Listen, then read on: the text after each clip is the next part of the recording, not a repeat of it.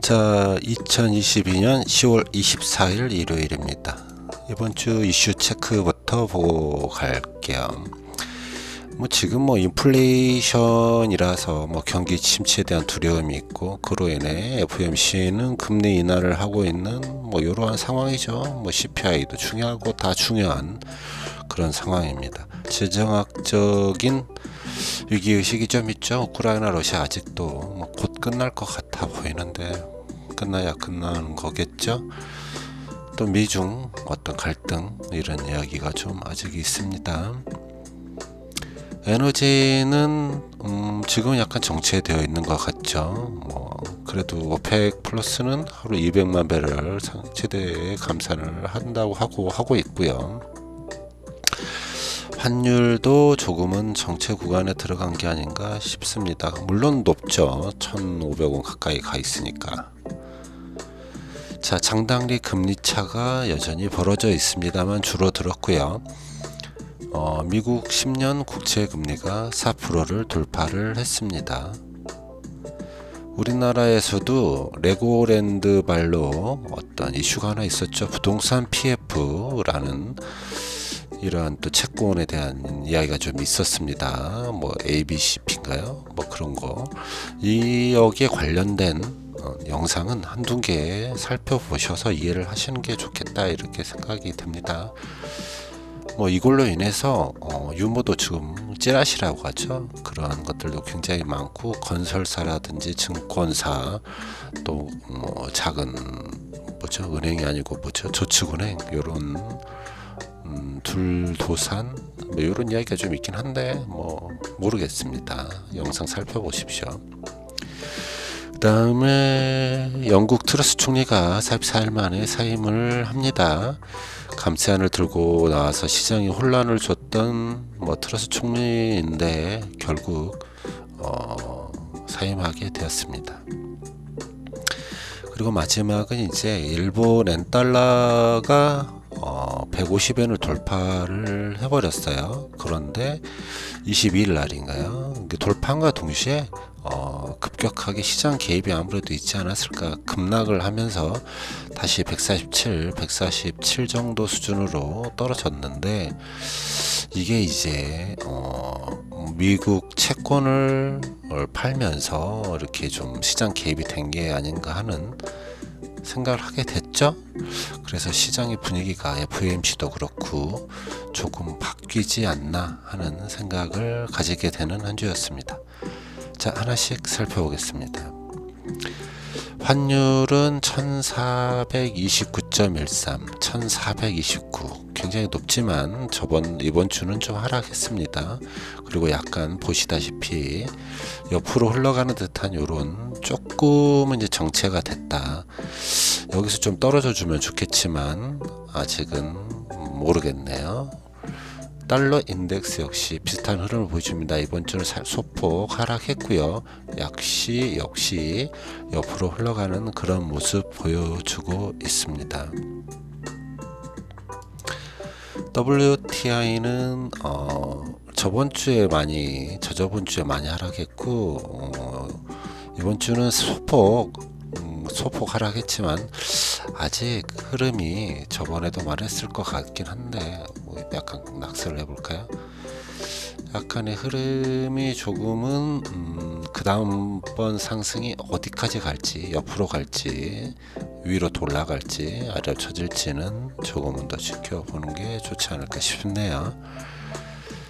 WTI는 그 정도 수준으로 가겠죠. 자, 이제 가장 중요한 게 나왔죠. 10년물 국채 금리가 4%를 넘어서 4.219, 50일 신고가 4.338%라는 아주 높은 숫자를 나타냈죠.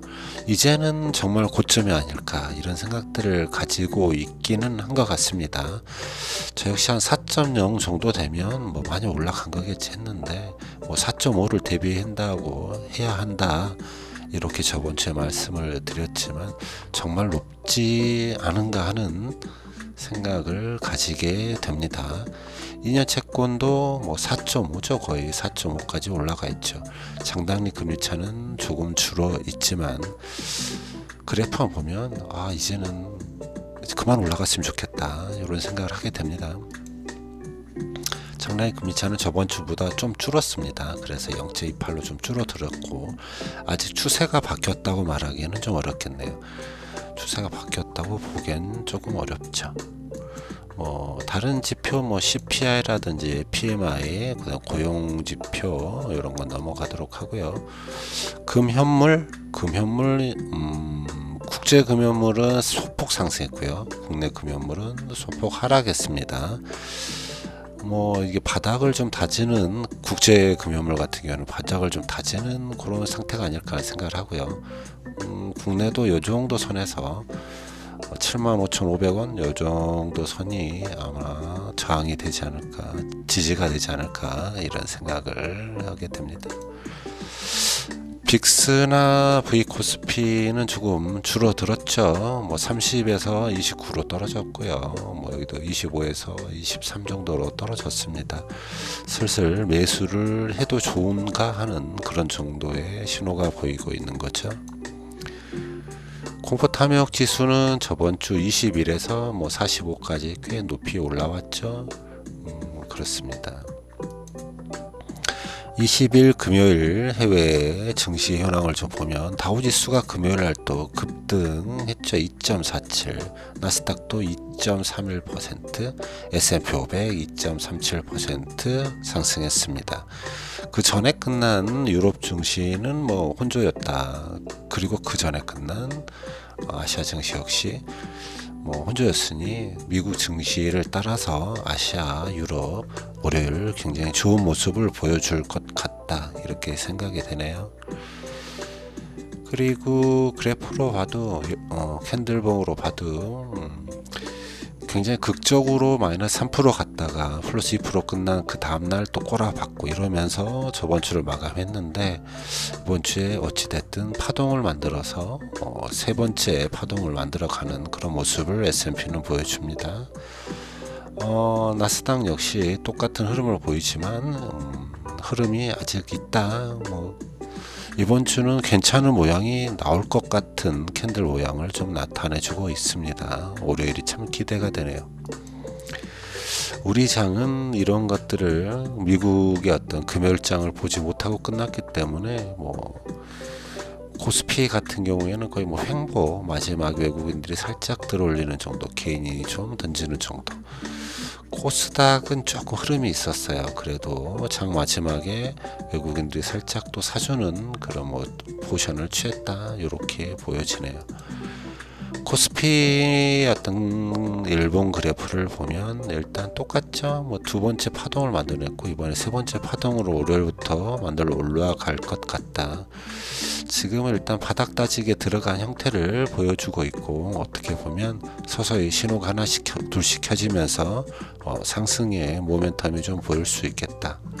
코스닥 역시 비슷합니다. 다만 이제 코스닥은 최근에 어떤 저점을 새로 만들었기 때문에 흐름이 오히려 코스피보다는 좀 약하지 않을까 하는 개인적인 생각, 이런 생각을 가지게 되네요.